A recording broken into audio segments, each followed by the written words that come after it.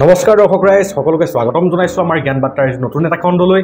আজি মই আপোনাক চিনাকি কৰিবলৈ আহিছো এগৰাকী অৱসৰপ্ৰাপ্ত প্ৰধান শিক্ষয়িত্ৰী প্ৰাথমিক বিদ্যালয়ৰ। আৰু মই এতিয়া বৰ্তমান গুৰুত্ব সহকাৰে এই টপিকটোক লৈছো যে প্ৰাথমিক বিদ্যালয়ৰ শিক্ষকসকল প্ৰকৃতাৰ্থত প্ৰয়োজনীয় শিক্ষক, কাৰণ তেওঁলোকে এটা গছৰ পুলি, সেই পুলিতেই যাতে ছাগলীয়ে খাই পেলাই নষ্ট কৰিব নোৱাৰে, যাতে গৰুৱে খাই পেলাই নষ্ট কৰিব নোৱাৰে, সেই তেনেকুৱা এটা বাতাবৰণৰ পৰা তেওঁলোকে আমাৰ শিশুসকলক ডাঙৰ দীঘল কৰি পেলাই পঠোৱাৰ পাছতহে শিশুসকলে হাইস্কুল কলেজ বা ইউনিভাৰ্চিটি লেভেললৈ যাব পাৰে। গতিকে মই ভাবোঁ যে প্ৰাথমিক পৰ্যায়ৰ শিক্ষকসকলক আমি প্ৰকৃতাৰ্থত আমি শ্ৰদ্ধা ভক্তি কৰিব লাগে, আৰু তেওঁলোকৰ গুণ গৰিমাসমূহক যদি আমি সমাজলৈ বিয়পাব পাৰোঁ তেন্তে আজিৰ সমাজখনৰ অভিভাৱকসকলে তেওঁলোকৰ এই গুণেৰে বিভূষিত হৈ নিজৰ সন্তানক কেনেকৈ প্ৰতিপালন কৰিব লাগে সেই গুণসমূহক আয়ত্ব কৰি নিজৰ সন্তানক ভৱিষ্যতলৈ এজন সুনাগৰিক হিচাপে গঢ়ি তোলাত সহায় কৰিব পাৰিব। গতিকে আজি মই আপোনালোকক চিনাকি কৰিবলৈ আহিছোঁ আমাৰ ৰাইডঙীয়া স্থিত ৰজাগাঁও আদৰ্শ শিশু বিদ্যালয়ৰ এসময়ৰ প্ৰধান শিক্ষয়িত্ৰী, বৰ্তমান তেখেত অৱসৰপ্ৰাপ্ত শ্ৰীযুতা নিৰু বৰা ডাঙৰীয়ানীৰ লগত। নমস্কাৰ বাইদেউ। মই বৰ্মা বুলি সম্বৰ্ধনা জনাম।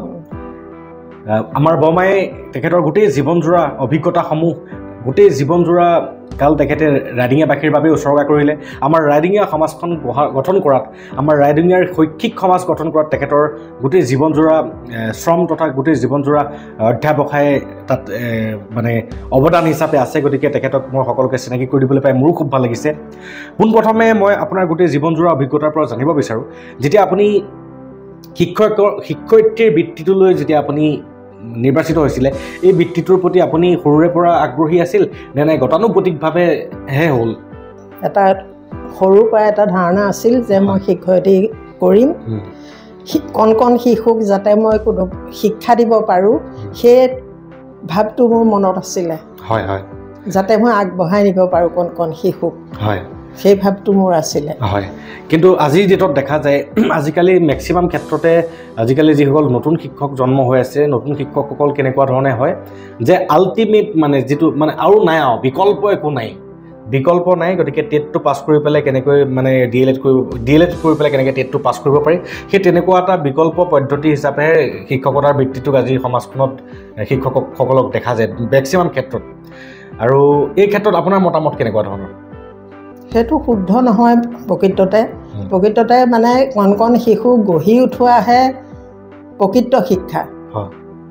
শিশুসকল দেশৰ ভৱিষ্যত নাগৰিক, তেওঁলোকক যাতে আমি আগবঢ়াই নিব পাৰোঁ, সেইটোৱেহে আমাৰ প্ৰথম কাম হ'ব। তেনেকৈ সিহঁতক গঢ়িব পাৰিম।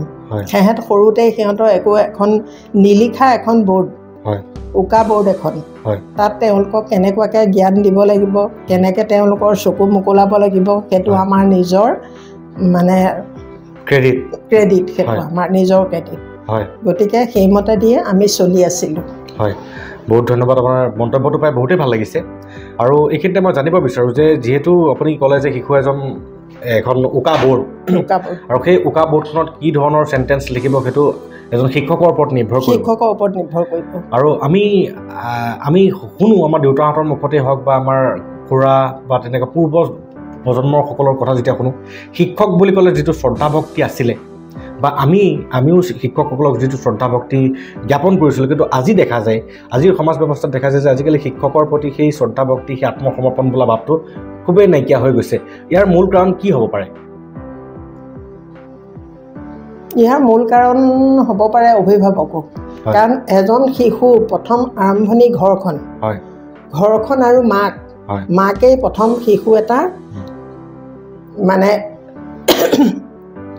আদৰ্শ। মাকে যিখিনি আদৰ্শ দিব সেইখিনিহে শিশুৱে লয়, তাৰপিছতহে এজন শিক্ষক পায়। ঘৰখনেই শিক্ষাৰ আচল মূল কেন্দ্ৰ, ঘৰখন। তাৰপিছত শিক্ষকে পায়, শিক্ষকে যিখিনি জ্ঞান দিব লাগে সেই জ্ঞানখিনি শিক্ষকে দিব। হয়, গতিকে আজি সমাজ ব্যৱস্থাত যিবিলাক বিশৃংখল পৰিস্থিতি দেখা যায়, যিবিলাক বিশৃংখল বাতাবৰণ দেখা যায়, তাৰ বাবে আমি শিক্ষকসকলক জগৰীয়া কৰিলেই নহ'ব। তাৰ বাবে অভিভাৱকসকলো মেক্সিমাম হিচাপে অভিভাৱকসকল জগৰীয়া। শিক্ষক জগৰীয়া কেতিয়াও হ'ব নোৱাৰে। শিক্ষকে সদায় ভাল চিন্তাই কৰিব। শিক্ষকে সদায় শিশুখিনি কেনেকৈ ভাল হয় সেই চিন্তাই কৰিব। হয়, মই আজিলৈকে এই ক্ষেত্ৰত আগবাঢ়োঁতে মই বহুত কেইজন গুণীজ্ঞানী ব্যক্তিৰ কিছু মতামতত মই এটা কথা শিকিব পাৰিছোঁ যে যিদিনাৰ পৰা আমাৰ চৰকাৰীভাৱে লিচুকনিৰ আগৰ বিদ্যাটো নাইকিয়া হ'ল, সেইদিনাৰ পৰাই আমাৰ সমাজত আমাৰ শিশুসকলে ডাঙৰজনক নমনা শিক্ষকৰ প্ৰতি অৱহেলা এই তেনেকুৱা মনোভাৱবিলাক বৃদ্ধি পাবলৈ ধৰিলে এই ক্ষেত্ৰত আপোনাৰ মতামত জানিব পালে বহুতেই ভাল লাগিব সেইটো ক্ষেত্ৰত প্ৰকৃততে শুদ্ধ নহয় শিক্ষকৰ মানে যিটো শিক্ষক এজন সদায় অভিজ্ঞ সেই অভিজ্ঞ শিক্ষকজনে এজন ছাত্ৰক কেনেকুৱাকৈ নিব লাগে তেওঁ জানে এইটো যেতিয়া ওপৰৰ নিৰ্দেশ আহিব নিৰ্দেশমতে শিক্ষক চলিব লাগিব নিৰ্দেশ নেমানিলে শিক্ষকৰ অসুবিধা আহে যি নিৰ্দেশ দিয়ে সেই নিৰ্দেশমতে শিক্ষক চলিবলগীয়া হৈছে তাৰ কাৰণে আজি শিশুসকলৰ অসুবিধা আহিছে হয়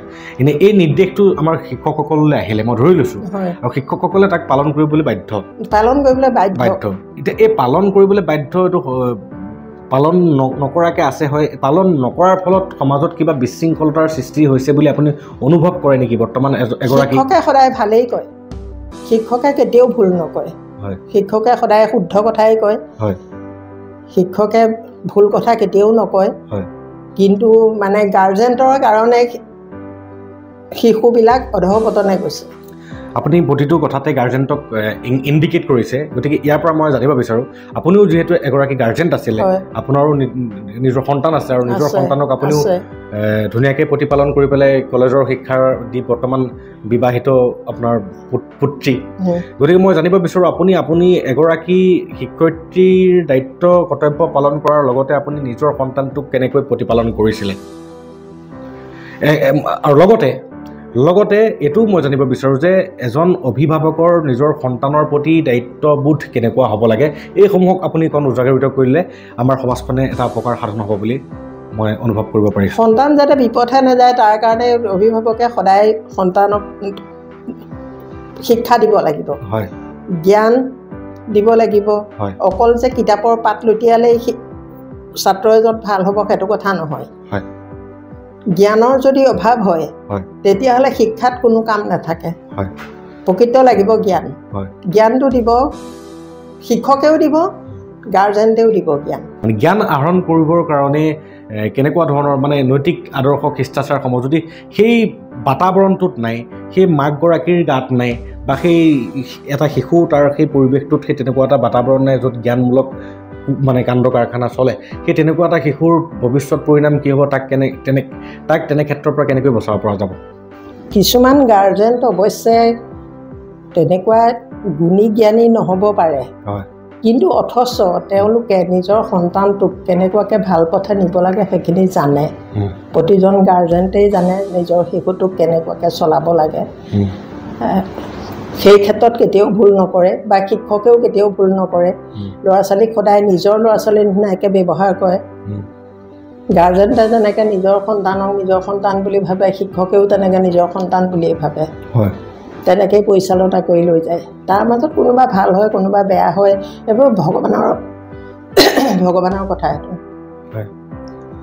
যি নহওক ভাল লাগিলে আপোনাৰ মন্তব্যটো পাই মই এইখিনিতে আৰু এটা কথা জানিব বিচাৰোঁ আপুনি যেতিয়া শিক্ষয়িত্ৰী আছিলে আপোনাৰ দিনৰ যিটো শিক্ষা ব্যৱস্থা যি ধৰণে আপোনালোকে ল'ৰা ছোৱালীবিলাকক পোহপালন দিছিলে প্ৰতিপালন কৰিছিলে আৰু আজি যি ধৰণে মানে প্ৰতিপালিত হৈ আছে সেই তাৰ মাজৰ কিছুমান দুখ গুণ আপুনি যদি আঙুলিয়াই দিয়ে তেতিয়াহ'লে ভাবোঁ যে নতুন শিক্ষকসকলে কিবা এটা প্ৰেৰণা পাব সেইটোত দুখ গুণ ক'ব নোৱাৰিম নহয় শিক্ষকে নিজৰ দায়িত্ব সদায় পালনেই কৰি থাকে শিক্ষকেই তেওঁতো দায়িত্ব পালন নকৰাকৈ কেতিয়াও নাথাকে নিজৰ দায়িত্ব পালন কৰিবই শিক্ষকে গতিকে আগত যিখিনি নিৰ্দেশনা আছিল সেই নিৰ্দেশনা মানি চলিছিলোঁ আমি এতিয়া যি নিৰ্দেশনা দিছে সেই শিক্ষকে সেইখিনি নিৰ্দেশনা মানি চলিবলৈ বাধ্য বহুতেই ভাল লাগিছে আপোনাৰ কথাখিনি আপুনি কোৱা মতেদি এজন শিক্ষকে তেখেতৰ নিজৰ দায়িত্ব কৰ্তব্য সম্পূৰ্ণৰূপে পালন কৰে কিন্তু আমাৰ মানে সমাজ ব্যৱস্থা তথা আমাৰ সেই শিশুটোৰ ঘৰখনৰ ঘৰুৱা পৰিৱেশ এইসমূহে শিশুটোৰ ওপৰত যথেষ্ট প্ৰভাৱ পেলায় আৰু যদিহে এইসমূহক আমি সংশোধন কৰিব নোৱাৰোঁ তেতিয়াহ'লে শিশু এটা ভৱিষ্যতত গৈ পূৰ্ণাংগ ৰূপত মানে সৰ্বগুণে সম্পন্ন হ'বলৈ সি অপাৰগ হৈ পৰে মই আপোনাক এগৰাকী মাতৃ হিচাপে যদি বৰ্তমান মাতৃ সমাজলৈ 3টা উপদেশ দিব কওঁ তেতিয়াহ'লে আপুনি কি উপদেশ দিব যি 3টা উপদেশে তেওঁলোকৰ সন্তানসকলক জীৱন বাটত এটা সুপথত অগ্ৰসৰ হোৱাত সহায় কৰিব ভাল কথা শিকাওক ল'ৰা ছোৱালীক ভাল হ'বলৈ শিকাওক আগবাঢ়ি যাবলৈ শিকাওক বেয়া কামত বাধা দিয়ক প্ৰতিগৰাকী মাকক এটা কথাই আহ্বান জনাওঁ যে বৰ্তমান শিশুসকলক যাতে মোবাইলৰ লগত আসক্তিটো নানে, কাৰণ তেওঁলোক মোবাইলৰ প্ৰতি আসক্ত হ'লে ভৱিষ্যতলৈ সেই ল'ৰা ছোৱালীৰ ক্ষতি হ'ব। আৰু দ্বিতীয়তে যিসকল অলৰেডি সেই মোবাইলত আসক্তি হ'ল তেওঁলোকৰ ভৱিষ্যতটো অন্ধকাৰৰ ফাললৈ ঠেলি দিয়া আৰম্ভ হয়। আৰু শিশুক পঢ়া টেবুলত বহাই থৈ যদি মাকে মোবাইল টিপে বা টিভি চায় তেতিয়া সেই শিশু খুব ধুনীয়া কথা হয় পঢ়াত মন কেতিয়াও নবহে। আৰু আকৌ মাকে শিশুক পঢ়িবলৈ টেবুলত বহুৱাই থৈ যদি নিজে শুই থাকে তেতিয়াহ'লে সেই শিশুৱে কেনেকৈ পঢ়িব? ঠিকেই, তেখেতৰ পঢ়াত অসুবিধা আহিবই। এনেকুৱা কিছুমান কথাৰ কাৰণে আজি শিশুসকলৰ বহুতখিনি ক্ষতি হৈছে। হয়, বহুত বহুত ধন্যবাদ আপোনাৰ এই কথাখিনিয়ে। আশা কৰোঁ আমাৰ সমাজত প্ৰতিগৰাকী মাতৃক কিবা নহয় কিবা এটা অনুপ্ৰাণিত কৰিব আৰু আপোনালোকৰ ভালৰ কাৰণেই এগৰাকী জীৱনজোৰা অভিজ্ঞতাৰে পৰিপুষ্ট মানে শিক্ষয়িত্ৰীৰ পৰা মই এই কথাখিনি আপোনালোকলৈ দিবলৈ চেষ্টা কৰিছোঁ। আপোনালোকৰ ভাল হোৱা মানে সমাজখনৰ ভাল হোৱা, সমাজখনৰ ভাল হোৱা মানে আমাৰ অঞ্চলবাসী তথা আমাৰ অঞ্চলটো গোটেই নগাঁও তথা অসমত এটা জাকত জিলিকা অঞ্চললৈ ৰূপান্তৰিত হওক, নহয় জানো? হয় বৰ্মা, মই এইখিনিতে এটা কথা আপোনাৰ পৰা জানিব বিচাৰোঁ যে প্ৰতিখন স্কুলতে শৈক্ষিক বাতাবৰণটো উন্নত কৰিবৰ কাৰণে গাৰ্জেন মিটিং নামৰ এটা বস্তু আছে। গাৰ্জেন মিটিং দিয়া হয় আৰু যিবিলাক প্ৰাইভেট স্কুল সেই প্ৰাইভেট স্কুলবিলাকত গাৰ্জেন মিটিংবিলাক দিলে আমাৰ চৌপাশৰ পৰা দেখা পাইছোঁ যে গাৰ্জেনবিলাক ধুনীয়াকৈ মানে হেঁপাহেৰে যায়, সেই মিটিংখনত অংশগ্ৰহণ কৰে, সেই মিটিংখনত কি আলোচনা হৈছে সেইসমূহক পালন কৰিবলৈ চেষ্টা কৰে। কিন্তু আমাৰ যিবিলাক চৰকাৰী স্কুলত সেই তেনেকুৱা মিটিং দিলে ইমান এটা ফলপ্ৰসূতা হোৱা দেখা নাযায়। হয় বৰ্মা, এইখিনিতে মই বৰ্তমান সমাজক যিসকল অভিভাৱকৰ ছাত্ৰ ছাত্ৰীসকল আমাৰ চৰকাৰী স্কুলসমূহত অধ্যয়ন কৰি আছে সেই অভিভাৱকসকলক সচেতন হোৱাকৈ আপোনাৰ পৰা এটা পৰামৰ্শ বিচাৰোঁ যে গাৰ্জেন মিটিংখন সেই ছাত্ৰজনৰ কাৰণে তথা গাৰ্জেনজনৰ কাৰণে কিমান মূল্যৱান এটা বস্তু, সেইটোত যদি এটেণ্ড কৰি সেইমতেদি যদি তেওঁলোকে অভিভাৱকে নিজৰ দায়িত্ব কৰ্তব্য পালন কৰে তেন্তে তেখেতৰে সন্তানটোৰ ভৱিষ্যতটো ভাল হ'ব, নহয় জানো? গতিকে গাৰ্জেন মিটিঙৰ মানে প্ৰয়োজনীয়তা, গাৰ্জেন মিটিঙত গাৰ্জেনসকল উপস্থিত থকাৰ প্ৰয়োজনীয়তাৰ বিষয়ে যদি আপুনি দুআষাৰ বক্তব্য ৰাখে তেতিয়াহ'লে ভাবোঁ আমাৰ সমাজৰ যিসকল অভিভাৱক আছে তেওঁলোকৰ নিশ্চয় কিবা এটা উপকাৰ হ'ব। গাৰ্জেন মিটিংখন দিলে সকলোবিলাক ছাত্ৰৰ অভিভাৱক যদি বিদ্যালয়ত আহি উপস্থিত হয় তেতিয়াহ'লে কি হ'ল কি নহ'ল অভিভাৱকে সেইখিনি কথাৰ যদি বুজ লয় তেতিয়াহ'লে শিশুসকল উন্নতিৰ পথত আগবাঢ়িবলৈ সুবিধা হ'ব। শিক্ষকৰ লগত কথাখিনি সদায় মানে আলোচনাৰ মাধ্যমেদি যদি গাৰ্জেন চলে তেতিয়াহ'লে শিশু সদায় উন্নতিৰ পথত আগবাঢ়িব পাৰিব। হয়, গতিকে আশা কৰোঁ দৰ্শক ৰাইজ আপোনাৰ সবে বুজি পাইছে, নিজকে অৱতীৰ্ণ কৰাওক, নহয় জানো? ভাবিলে ভাৱনাৰ কোনো মূল্য নাই, পৰিণামত মূল্য আছে। আপোনাৰ সন্তানটিয়ে ভৱিষ্যতত গৈ পেলাই বা আজি আপোনাৰ সন্তানটিয়ে কি ধৰণৰ আচাৰ ব্যৱহাৰ কৰিছে, কেনেকুৱা আচৰণ দেখাইছে, সেইটো হৈছে পৰিণাম। আৰু সেই পৰিণামটো চাই পেলাই যদি আপুনি আপোনাৰ সন্তানটোক বোলে বৰ ভাল হ'ব বুলি ভাবি আছে তেনে ভাবিলেই নহ'ব, কাৰণ ভাৱনাৰ কোনো মূল্য নাই। মই ভুল কৈছোঁ নেকি বাৰু? হয় বৰ্মা, মই আহি আপোনাক মই মোৰ মনৰ কথাটো সুধিবলৈ লৈছোঁ। আপোনাৰ গোটেই জীৱনজোৰা অভিজ্ঞতাৰ পৰা, আপুনি জীৱনজোৰা শিক্ষকতাৰ অভিজ্ঞতাৰ পৰা বৰ্তমান আমাক পুত্ৰ হিচাপে তথা বৰ্তমান সমাজখনক এনেকুৱা এটা কি মূল মন্ত্ৰ দিব যিটো মূল মন্ত্ৰ পালে আমি জীৱন বাটত এখোজ আগুৱাই যাবলৈ সুবিধা হ'ব বুলি আপুনি অনুভৱ কৰে? মানুহে সদায় আনৰ দুখ দেখে কিন্তু নিজৰ দুখ কেতিয়াও নেদেখে।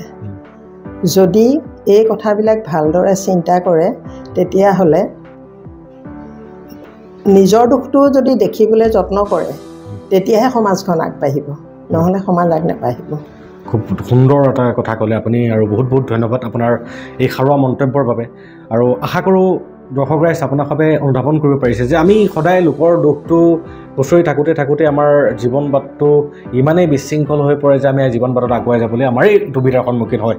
গতিকে এইখিনিতে মোক মনত পৰিলে মাধৱদেৱেও তেনেকৈ এটা কৈছিলে, কিবা এটা ঘোষাত কৈছিলে যে অধমে সদায় লোকৰ দুখ দেখে আৰু গুণীজনে সদায় সেই এজন ব্যক্তিৰ গুণসমূহ অকণমানেই লাগিলে গুণ থাকক সেই গুণসমূহ প্ৰসাৰ কৰাত গুৰুত্ব আৰোপ কৰে কিন্তু আমাৰ অসমীয়া সমাজৰ বৰ্তমান এনেকুৱা এটা ভাইৰাছত মানে বৰ্তমান মানুহসকল মানে বশীভূত হৈ আছে কেনেকৈ এই আমুকৰ দুখটো উলিয়াব পাৰি এনেকুৱা আহে তেনেকুৱা আহে সেইটো আমাৰ অসমীয়া সমাজ গতিকে লোকৰ এজন মানুহ 100% পূৰ্ণাংগ কোনো নহয় 100% পূৰ্ণাংগ হ'লে দেখোন তেখেত ভগৱানেই হ'ব গতিকে এজন মানুহৰ দুখ থাকে সঁচা কথা কিন্তু সেই মানুহজনৰ গুণসমূহ আমি যদি পুংখানুপুংখভাৱে বিশ্লেষণ কৰিবলৈ চেষ্টা কৰোঁ তেতিয়াহ'লে অকল গুণসমূহকে যদি আমি আহৰণ কৰিবলৈ চেষ্টা কৰোঁ তেতিয়াহ'লে আমি জীৱন বাটত আগুৱাই যাব পাৰিম আৰু সংস্কৃততো এটা কথা আছে যিটো অসমীয়াত মই কৈ দিছোঁ যে পুখুৰী এটাত যদি পানীত গাখীৰ অলপ পেলাই দিয়া যায় সেই গাখীৰৰ পৰা হাঁহে কেৱল পানী আৰু গাখীৰ মিশ্ৰণটোৰ পৰা অকল গাখীৰখিনিহে খায় পানীখিনি নাখায় গতিকে মই এইখিনিৰ পৰা আপোনাক দৰ্শক ৰাইজ আপোনাক সকলো গুণী জ্ঞানী ব্যক্তি আমি জাষ্ট এটা সামান্য প্ৰয়াসহে কৰিছোঁ কিছু কথা আপোনালোকলৈ দিবলৈ আমাৰ ইমানখিনি যোগ্যতা নাই আমাৰ ইমানখিনি গুণ জ্ঞানো নাই যে আপোনালোকক আমি কিবা এটা গুণৰ বা জ্ঞানৰ মানে বাৰ্তা প্ৰেৰণ কৰিব পাৰিম ভগৱানে এই ক্ষেত্ৰত মোক আগবঢ়াই দিছে জাষ্ট উজাগৰিত কৰিবৰ বাবেহে মানুহৰ মনৰ কথাসমূহক গতিকে আজি এগৰাকী অনুভৱী ব্যক্তিৰ পৰা মই আপোনাক সবক কিছু অনুভৱৰ বাৰ্তা দিবলৈ প্ৰয়াস কৰিলোঁ তাত কিবা ভুল ভ্ৰান্তি হ'লে ক্ষমা কৰিব আৰু যিহেতু সময়ৰ এটা সীমা থাকে বৰ্মা আজি আপোনাৰ পৰা তথা দৰ্শক ৰাইজ আপোনাৰ খবৰ পৰা মই বিদায় লৈছোঁ নমস্কাৰ নমস্কাৰ